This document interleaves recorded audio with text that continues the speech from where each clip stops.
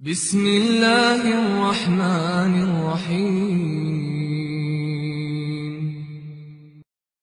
নতুন বছরের অভ্যর্থনা আপনি কেমন ভাবে পেশ করবেন? নতুন বছরে আপনার চাল চলন সহজ ভাষায় কেমন হবে? ওই রকমই চাল চলন যেমন গত বছরে ছিল, তার আগের বছরে ছিল, গত দিনগুলিতে, গত জীবনে ছিল, ওই রকমই থেকে যাবেন সারা জীবন? আপনি মনে করেছেন সারা জীবন এইরকমই সুস্থ থেকে যাবেন? সারা জীবন এইরকম আপনি সবল থেকে যাবেন? সারা জীবন আপনি বেঁচে থেকে যাবেন? আর সারা জীবন আপনি এই রকমের নিয়ামত ভোগ করতে থাকবেন?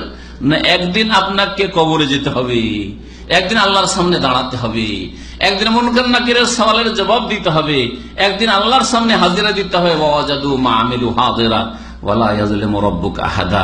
সবকিছু সামনে উপস্থিত পাবেন। সুতরাং ফিরে আসেন, দাওয়াত দেব নতুন বছরে তওবার দিকে, ইস্তেগফারের দিকে। অতীতে যা হয়েছে এর জন্য আল্লাহর কাছে ক্ষমা চান, ইস্তেগফার করেন, আল্লাহ মাফ করে দাও। এবং ফিরে আসাকে তওবা বলা হয়। আল্লাহর দিকে ফিরে আসেন, আল্লাহর দিকে ঝাঁপিয়ে পড়েন, গুনাহকে পেছন দিকে ছেড়ে দিয়ে আল্লাহর সন্তুষ্টির দিকে দৌড় দেন। আল্লাহ পাক যেন তৌফিক দান করেন। এই নতুন বছরকে অভ্যর্থনা জানাবেন বেশি বেশি নেক আমলের মাধ্যমে, বেশি বেশি নেক আমলে অংশ নেন, জিকির আজকারের মাধ্যমে বেশি বেশি জিকির, সুন্নতি জিকির আজকার করেন। বিদাতি জিকির আজকার করবেন না, অবশ্যই করবেন না, কিন্তু সুন্নতি বহু জিকির আজকার রয়েছে। গত সপ্তাহগুলিতে আমি জিকির আজকারের দুটো আলোচনা করেছি, অত্যন্ত গুরুত্বপূর্ণ। এই আলোচনাগুলি শুনে জিকির আজকারগুলি আপনি নিয়মিত করার চেষ্টা করেন। আল্লাহ পাক যেন তৌফিক দান করেন।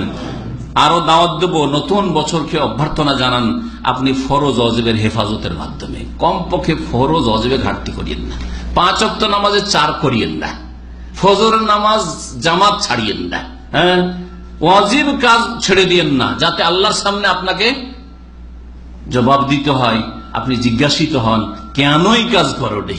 সকল সেই দিন করবেন। কোথা থেকে আপনি ঘাটতি পূরণ করবেন? ঘাটতি পূরণ তখন করতে পারবেন না। কারো হক নষ্ট করবেন না। অভ্যর্থনা জানাবেন নতুন বছরকে সমস্ত গুনাহ থেকে বেঁচে থেকে, অন্যায় কাজ থেকে বেঁচে থেকে, আপত্তিকর কাজ থেকে, কোরআন এবং হাদিস ইসলাম বিরোধী কাজ, আল্লাহ রাসূলের নাফরমানি করবেন না, সমস্ত রকম গুনাহ থেকে আল্লাহ পাক যেন বেঁচে থাকার তৌফিক দান করেন। নতুন বছরকে অভ্যর্থনা জানাবেন আপনি নতুন আমলনামার পাতা খোলার মাধ্যমে।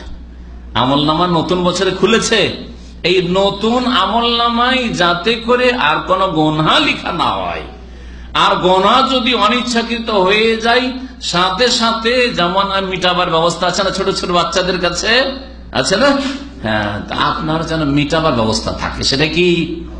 তওবা ইস্তেগফার, দ্রুত তওবা ইস্তেগফার করেন, আস্তাগফিরুল্লাহ ওয়া আতুবু ইলাইহি।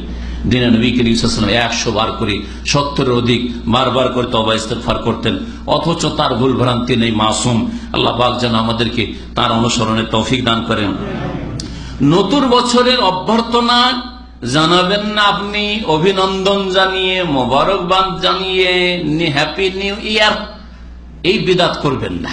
না আরবি বছরের ক্ষেত্রে এই বিদাত করবেন, না ইংরেজি নিউ ইয়ার জানুয়ারি আসলে এই বিদাত করবেন, না বৈশাখ মাস আসলে বাঙালিদের বাংলা নতুন বছর শুরু হবে তখন নববর্ষের এই বিদাত করবেন।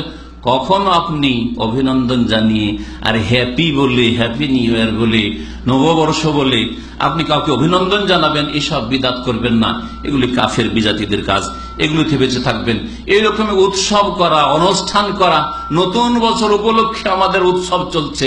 আপনারা বাঙালি হয়ে যদি বাংলার বৈশাখের যদি নববর্ষের উৎসব করেন, তাহলে ইংরেজরা ইংরেজির করবে। আজকাল বাঙালিও শুরু করেছে ইংরেজি করা, মাশাআল্লাহ। কারণ ইংরেজ হইতে হবে বাঙালি থেকে, আর হইল না কাজ, শুধু বাঙালি থেকে কাজ হইল না, আর গরিবই থেকে গেলাম, ইংরেজ হইতে হবে, তাহলে একটু পয়সাওয়ালা হব, আর একটু বড় হব হয়তো। এই যে গোলামির চিন্তাধারা, চিন্তা চেতনা, গোলামি করে করে এই বদ অভ্যাস হয়ে গেছে। এগুলো থেকে আল্লাহ পাক বাঁচার তৌফিক দান করেন। আরো বলছি, আরবি মাস উপলক্ষেও যদি কেউ উৎসব করে, যে নতুন বছর উপলক্ষে আমাদের উৎসব চলছে, মাহফিল চলছে, এইসব বিদাত, এই সমস্ত বিদাত থেকে আল্লাহ পাক যেন বেঁচে থাকার তৌফিক দান করেন। আল্লাহুম্মা হাব্বিব ইলাইনাল ঈমান ওয়া যায়্যিনহু ফি কুলুবিনা ওয়া কাররিহ ইলাইনাল কুফরা ওয়াল ফুসুকা ওয়াল ইসয়ান ওয়াজআলনা মিনার রাশিদিন। সুবহান রাব্বিকা রাব্বিল ইজ্জাতি আম্মা ইয়াসিফুন ওয়া সালামুন আলাল মুরসালিন ওয়াল হামদুলিল্লাহি রাব্বিল আলামিন।